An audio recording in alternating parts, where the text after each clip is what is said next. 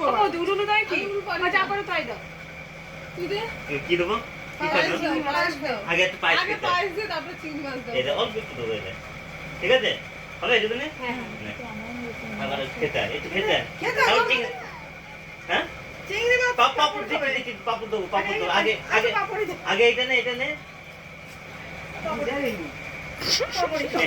নে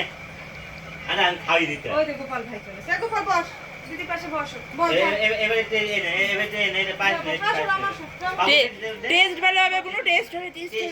টেস্ট হবে তাড়াতাড়ি। আমলে করে ছুঁয়ে দাও আমলে করে ছুঁয়ে দাও বহু জালে নে এই যে এই গোপালের কাছে আসুন ওই দেখো বাইরে হয়ে গেছে ব্যাস